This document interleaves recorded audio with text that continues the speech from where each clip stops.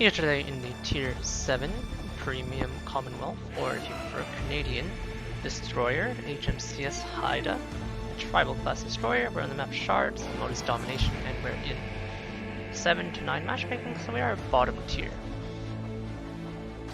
Now, the IGN Yudachi released today, a Japanese torpedo boat of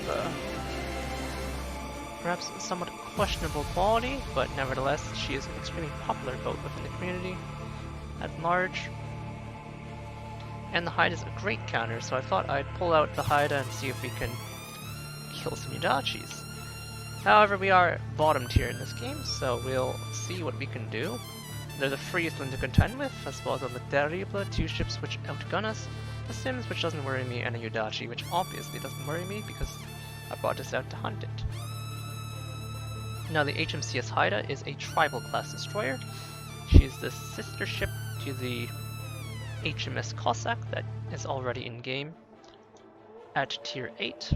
However, unlike the Cossack, she's from the second batch of tribals, where they found that she was deficient in anti-aircraft capabilities, so they removed her X-turret, as you can see here, and replaced it with a dual-purpose secondary and anti-aircraft gun, making the HMCS Haida one of the few ships, or few destroyers in the game with a secondary turret, alongside contemporaries such as Kiev.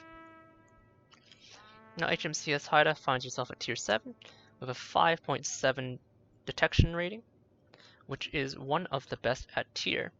When you're top tier, of course, this means that you're incredibly stealthy and one of the stealthiest. When you're bottom tier, because tier 8s and above get access to concealment module, you lose some of this concealment advantage. However, the Friesland and Le Terrible are both above 6 kilometers in detection, and the Sims is still above you as well, an old legacy ship with rather high detection values. And so as a result, I do retain my stealth advantage in this case, in spite of being an undergunned gunboat, shall we say. Now, I do find the Friesland. He has a full-on hydro, remember? A 5-kilometer hydro. I'm going to use my spotting advantage to harass him. I'm only detected at 5.7.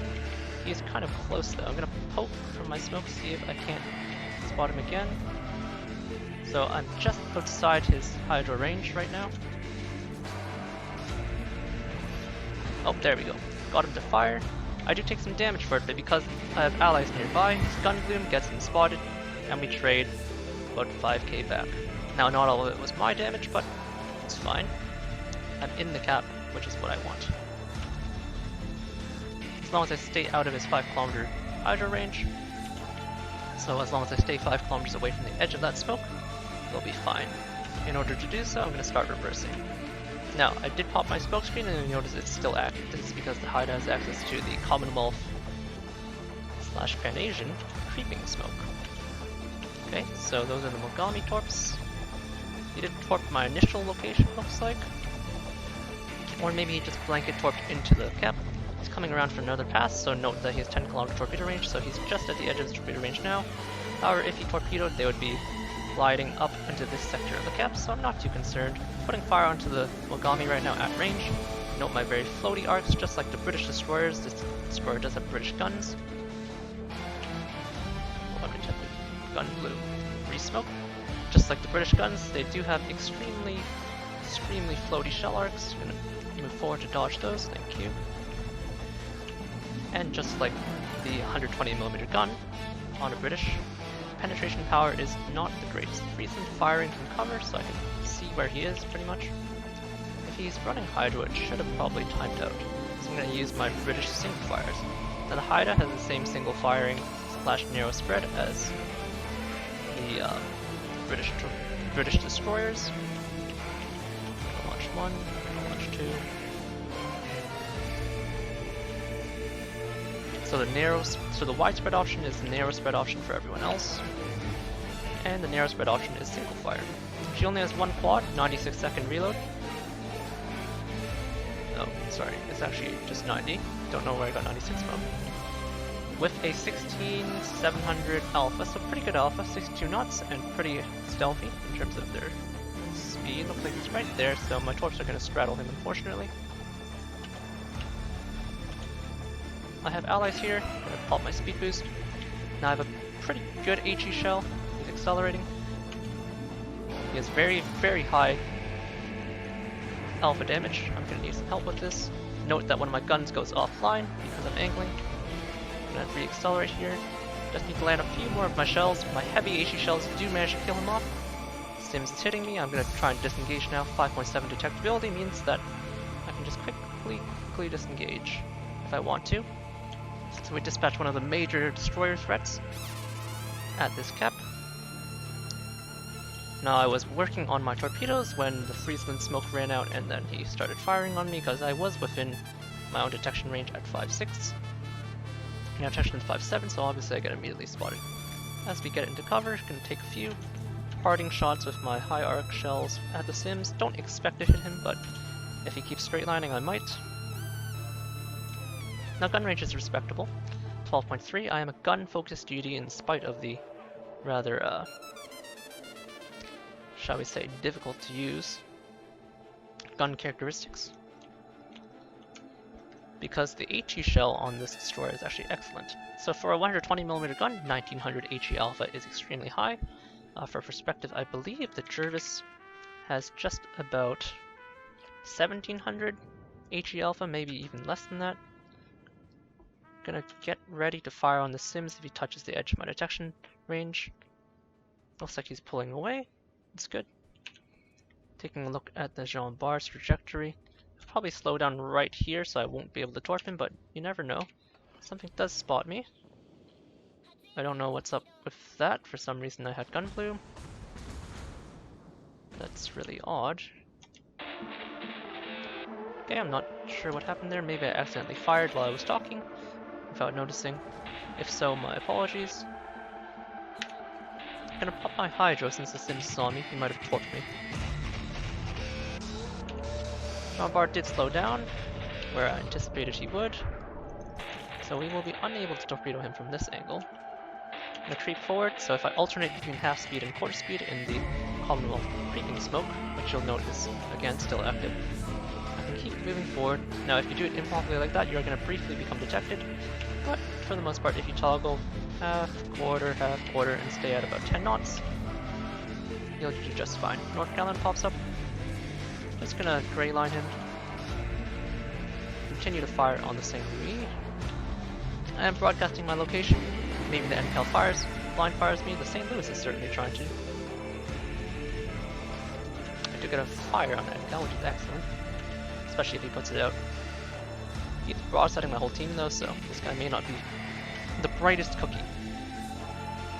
I guess cookies aren't supposed to be bright. Brightest light bulb. Smartest cookie. Best cookie. You know what I mean. Not the brightest. I do hit Sims in his smokescreen blind with the torpedoes intended for the North Carolina, and one of my torpedoes is going to contact that North Carolina, looks like. Do score a flooding. Looks like he's going to burn and flood out since he has damage control. That's another kill. My torpedoes do hit fairly hard and they are kind of stealthy. Moving on to shell the Jean Bar, but in the meantime we can talk about our Hydro. So we do have a British Hydro. So this is the British self-defense Hydro, and is the first iteration of it, since the Haida predates the British tech tree line in terms of her introduction to the game. So this is the 3.5 kilometer ship detection, 2.5 kilometer torpedo detection, and long action time. I have the Hydroacoustics module mounted onto my Haida, so it has 216 second action time, which is extremely long. Now that was an extremely brief game. My team did have complete cap control, and we absolutely slaughtered them. But even over the course of that short replay, even though we didn't hunt the Udachi as we wanted to, we did pretty much showcase all of the Haida's traits. Flip over the base experience because it's a short game. Note that my base experience is pretty low, but I'm bottom tier and I kind of crushed some people, so unsurprisingly I am on top. So 50,000 damage. Not too bad. The Haida is a gunboat duty, so you're going to get a lot of DD damage, so when you're playing your game on point, your damage numbers might not be the highest because she's not a great damage farmer. When it comes to damaging battleships and cruisers, you'll note that you get a lot of shatters because the British 120mm doesn't have enough penetration to pen anything more than just about 120 over 6. Wait, this is an easy one. She has 20mm of penetration. So since cruisers at her tier and higher are generally going to have at least 25mm of plate externally, there's going to be a lot of areas on cruisers which you can't damage. Now some of them might have 19mm bow, such as say the New Orleans, I believe it's 19mm bow which you'll penetrate, but once you get higher, you start getting ships like Cleveland, Nagami, all that jazz with 25mm plate, you no longer pen that. Now you could mitigate this with IFHE, but in my opinion that's not a very efficient use of full points. Torpedoes hit hard, with only 2 torpedo hits here, but each torpedo hits for just under 17,000 damage, so it's an extremely heavy hitting torpedo, with pretty good flood chance. 2 in-caps, 3 kills, 1 fire. Base fire chance is pretty decent, but nothing special. I believe it's quite a bit lower than the British tech tree destroyers, but I'll have to check that. 1 base capture. If you go over the detailed report, pretty 50-50 mix of torpedo damage and flood damage, with the rest made up by dots.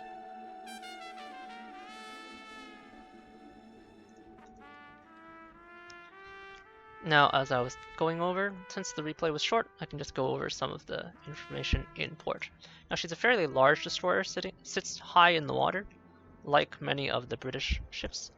She is a tribal class. I don't own a Cossack or a Jervis right now, but I do have a Gajah Mada, and so you'll see the hull form is quite similar, but note that the Gajah Mada in the rear has her X turret mounted and no Y turret, whereas the Haida, whereas the Haida, has her Y turret but no X turret. So this leads to the Gajah Mada having much better gun angles, especially forward. In addition, she only has the 1 centerline quad, whereas the Gajah Mada and Jervis have twin quints. Both of them have 8 kilometers in terms of range, and good characteristics in terms of damage. So she's very comparable to both the British tech tree and the Pan-Asian tech tree destroyer, although obviously each has their quirks, Pan-Asian having deep water torpedoes, and the Jervis just being British, so having the British short duration smoke, and sharing the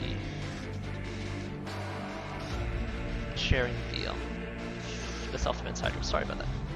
So, as I was mentioning in the commentary, the Gajah Mada has the standard British 120mm gun, so it has 1700 HE alpha. The Haida, on the other hand, has 1900 HE alpha, which is quite a bit more. So HE damage comes out to 30% damage, so 30% damage puts you just about at 550 damage per shell, whereas the Gajah is closer to 50. This amounts to something around the likes of a full HE alpha on the Haida, 50 per shell times 6, of around 3300 compared to the Gajah Mada's 3k. And while this doesn't seem like a lot when you're shooting destroyers which blow hit point pools, this does tend to add up rather quickly. So the Haida's HE shell hits a lot harder than most other GDs at its tier with the same number of guns would. Adding to that, the Haida is a fairly beefy destroyer, which is a nice chunk at 18,000. This is with a survivability expert, of course. In comparison, a survivability expert Gajah Mada with a special captain, which has improved survivability expert, is only coming in at 17,000. So you're a bit chunkier than many of your tier mates, one of the higher HP point totals for the tier. As I mentioned multiple times with the commentary, she has 5.7 surface detection, which is excellent for the tier. The Gajah, the exact same hull, is 6.1, a stealthy ship at the tier. Normally you would think stealthy ship and think Japanese destroyer, but that is unfortunately not the case. The Akatsuki at tier 7, that's the torpedo line. The Akatsuki is 6.4, the Shiratsuyu is 5.9, and if we just run down the competition, there's no tier 7 premium. Oh, there's a Sins, but Sins is even worse than Mahan. Mahan is pretty horrific at... Okay, this doesn't have a captain mounted.